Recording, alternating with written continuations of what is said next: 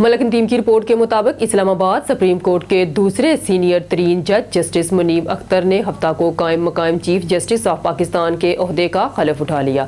Justice Akhtar chief justice of Pakistan CJP Qazi Faez Isa فائز عیسیٰ کی غیر موجودگی میں قائم مقام چیف جسٹس کے طور پر کام کریں گے، جو ایک کانفرنس میں شرکت کے لیے بیرون ملک روانہ ہوئے تھے۔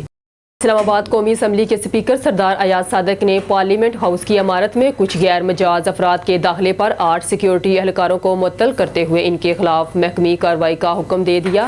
ہفتہ کو این اے سیکریٹریٹ کی جانب سے جاری کردہ ایک سرکاری ہینڈ آؤٹ کے مطابق اسپیکر نے یہ تعزیراتی کارروائی پارلیمنٹ کی سلامتی اور بالادستی کو یقینی بنانے کے لیے کی تھی۔ یہ کارروائی اس وقت سامنے آئی جب اسمبلی کے ڈی جی نے صحافیوں کو پریس گیلری میں موبائل فونز لے جانے پر پابندی لگا۔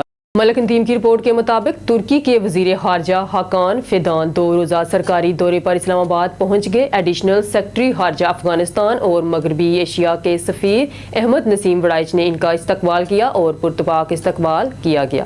وزیر خارجہ حاکان فیدان وزیر اعظم محمد شہباز شریف سے ملاقات کریں گے اور نائب وزیر اعظم اور وزیر خارجہ سینیٹر محمد اسحاق ڈار سے تفصیلی بات چیت کریں گے۔ دونوں فریقین 2 طرفہ تعلقات کی صورتحال کا جائزہ لیں گے اور دونوں ممالک کے درمیان آئندہ اعلیٰ سطحی ملاقاتوں کی تیاریوں کا جائزہ لیا جائے گا۔ ملک ٹیم کی رپورٹ کے مطابق نائب وزیر اعظم اور وزیر خارجہ سینیٹر محمد اسحاق ڈار نے آج سعودی ممالک کے وزیر خارجہ شہزادہ فیصل بن فرحان محمد بن عبداللہ سے ٹیلی فون پر بات چیت کی۔ دونوں رہنماؤں نے پاکستان اور سعودی عرب کے درمیان مضبوط 2 طرفہ تعلقات پر تبادلہ خیال کیا اور متعدد شعبوں میں تعاون کو مزید مضبوط بنانے کے لیے مختلف راہیں تلاش کی۔ اس مکالمے نے پاکستان اور سعودی عرب کے درمیان گہری اور پائیدار شراکت داری کو اجاگر کیا۔ انہوں نے سعودی ولی عہد اور وزیر اعظم سعودی ولی عہد شہزادہ محمد بن سلمان آل سعود کے دورہ پاکستانی کی تیاریوں کا جائزہ لیا۔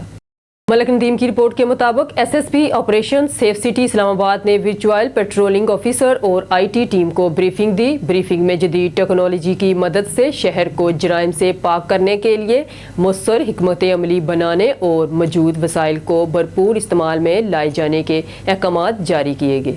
ملک ٹیم کی رپورٹ کے مطابق سرکاری ٹیلی ویژن کی رپورٹ کے مطابق ایرانی حکام کا کہنا ہے کہ خراب موسم حالات کے درمیان ایرانی صدر ابراہیم رئیسی کو لے جانے والے ہیلی کاپٹرز کی ہارڈ لینڈنگ کے بعد وسیع تلاشی کارروائیاں جاری ہیں۔ ایرانی سرکاری میڈیا کا کہنا ہے کہ حادثہ اتوار کو ملک کے شمال میں واقع ایران کے مشرق آذربائیجان صوبے میں جولفا کے قریب پیش آیا۔ ایران کے سپریم لیڈر آیت اللہ خامنہ نے پاسداران انقلاب کے اہلکار کے اہل خانہ سے ملاقات میں صورتحال پر تشویش کا اظہار کیا اور ملک پر زور دیا کہ وہ رئیسی اور دیگر افراد کے لیے دعا کریں جو ہیلی کاپٹر میں موجود تھے۔